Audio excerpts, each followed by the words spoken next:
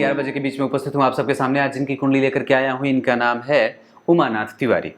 श्रीमान ने लिखा है कि मुझे ये बता दो कि मेरे छोटे भाई की मैं भगवत भक्ति में मेरी स्थिति कितनी बढ़िया रहेगी। अब बिल्कुल बढ़िया है, क्योंकि आप तो कन्या लग्न के हो। बुद्ध से जो लोग प्रभावित होते हैं वो भगवान नारायण के भक्त होते हैं, उनमें भक्ति होती है। और सबसे अच्छी जो बात है कि आपकी कुंडली में बुद्ध सूर्य के साथ बैठे हैं, बुद्धादित्य योग का निर्माण करके कर्क राशि में, शुभग्रह की राशि में लग्नेश और जाकर के जन्म कुंडली में पंचम भाव को देख रहे हैं। ये मंत्र जप का भाव है और यहाँ के अधिपति, गौर करिए, ये मंत्र जप का भाव, पूजा पाठ, ध्यान धारणा, ध्यान समाधि आदि का भाव यहाँ, और इसका सुख, ये इन दोनों का विचार इनसे किया जाता है। यहाँ के अधिपति धर्म भाव में और अपने भाव से पंचमस्त, और यहाँ राहु उसको बल दे रहे हैं। यह सबसे अच्छी बात।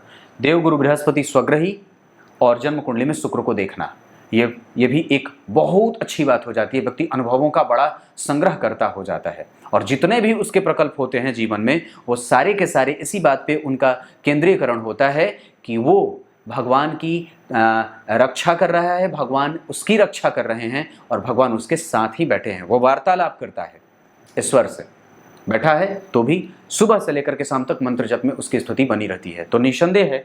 उसके बाद आपकी कुंडली में मन शुक्ल पक्ष के प्रतिपदा का है, इस वजह से थोड़ा कमज़ोर जरूर है। आपको सर्दी खांसी जुकाम और अपने सेहत का ध्यान भी थोड़ा रखना चाहिए, क्योंकि गुरु और चंद्रमा का संबंध तो बड़ा अच्छा बन रहा है, क्योंकि चंद्रमा बड़े बलवान भी हो जा रहे हैं मंगल के साथ बैठ करके। सिंह राशि का निर्माण व्यक्ति एकदम बलिष्ठ है अपने विचारों का, और उसमें किसी भी तरीके का कोई भेद नहीं है। पर जन्म वर्षा ऋतु में होने के कारण व्यक्ति के दिमाग में विचारों का उद्बोधन हमेशा ही बना रहता है और वो हमेशा उससे पिराया हुआ ऐसा रहता है। अब दूसरी बात कि गुरु जो है वो स्वग्रही है और शुक्र देख रहा है, जो कि जन्म कुंडली के भाग्येश है।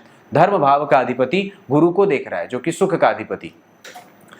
तो धर्म के कारक को धर्म के अधिपति ने देखा, धर्म का कारक गुरु, और उस भाव में गुरु और सूर्य बड़े अच्छे होते हैं। सूर्य भी बड़े बढ़िया, कर्क राशि के सूर्य खुश हो जाते हैं, तो ऐसे भी स्थिति बड़ी अच्छी है। तो सूर्य और बुध पंचम भाव को देखे, ये व्यक्ति को बुद्धिमान, भक्त वत्सल, भगवान का और भगवान के मंत्रों का जप, मंदिर में जाना, मंदिर का दर्शन, मंदिर में जा करके मंदिर की सेवा करना, भगवान की शुश्रूषा करना। शुश्रूषा का भाव ये है, यहाँ पे चंद्र मंगल योग लगा है, व्यक्ति के मोक्ष की प्राप्ति। और एक बात और है, मोक्ष की प्राप्ति करना चाहते हैं तो सबसे ज़्यादा आसान है, खुद से अपने आप को मिला लो, बस दूसरों से ना मिलाओ और ना दूसरों को आने दो।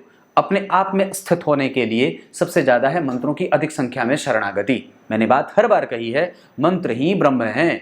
मंत्र के जप की संख्या जितनी ज़्यादा होगी उतनी ज़्यादा व्यक्ति खुद के निकट जाता है, और विचार आपके बनते रहेंगे, बुरे अच्छे बनते रहेंगे, क्योंकि चंद्रमा के साथ मंगल बैठा है। लेकिन चूंकि गुरु का उस पर प्रभाव है तो ये बात भी स्वतः सिद्ध हो जाती है कि चंद्रमा के ऊपर अगर मंगल का प्रभाव है तो वो मन भटके, क्योंकि 12वें में है तो मन और ऊर्जा दोनों का हास हो, लेकिन गुरु उसको बांधने का काम करेंगे। इस वजह से निस्संदेह आपकी कुंडली में उसकी स्थिति बनती है। चतुर्विशांसा और विशांसा देखना चाहिए इसके स्थिति के लिए। तो लग्न में ही विशांसा कुंडली में 2 नंबर की राशि बनती है, वहां बुध स्वतः बैठे हुए हैं।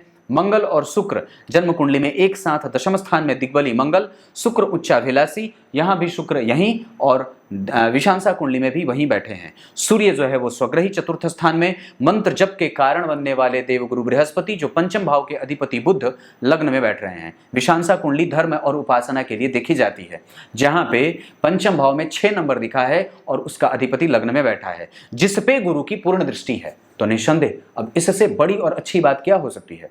आपको निसंदेह इस क्षेत्र में अपना, ऐसे भी ये तो सबका काम है, हमारे तो गुरु और हमारे पूर्वजों ने ही बताई रखी है बात कि इतना मंत्र जपो, ऐसे जपो, ये करो, वो करो, ध्यान धारणा समाधि की तरफ हमारा मन जाना चाहिए। अष्टम भाव का अधिपति जन्म कुंडली में मंगल अपने भाव से पंचमस्त जाकर के इसका सुख दे रहा है, तो करिए और बिल्कुल जाइए, ये पूछने की बात नहीं है। निसंदेह आपकी कुंडली में ये योग उपस्थित है। गुरु और शुक्र का देखना, गुरु का चंद्रमा का प्रभाव, चंद्रमा के मंगल के साथ जाकर के थोड़े से मन के भटकाने का कारण, और कई बार व्यक्ति घर परिवार में उलझ सा जाता है, उसमें विघ्न भी आती हैं, ऐसा नहीं है, पर गुरु उसको देख रहे हैं, इस वजह से उसको अपनी तरफ आकृष्ट कर देते हैं। बिल्कुल निसंदेह विशांसा भी आपके साथ है। गुरु का बुध को देखना, सूर्य का स्वग्रही होना, दशम स्थान में शुक्र का बैठना, ये सारी स्थितियां जन्म कुंडली को सही दिशा में और लेके जा रही हैं, जहां व्यक्ति भौतिकवादी और देहवादी न होकर के परमात्मावादी और परमार्थ में लगा रहता है। तब तक के लिए इजाजत दीजिए। बहुत बहुत नमस्कार।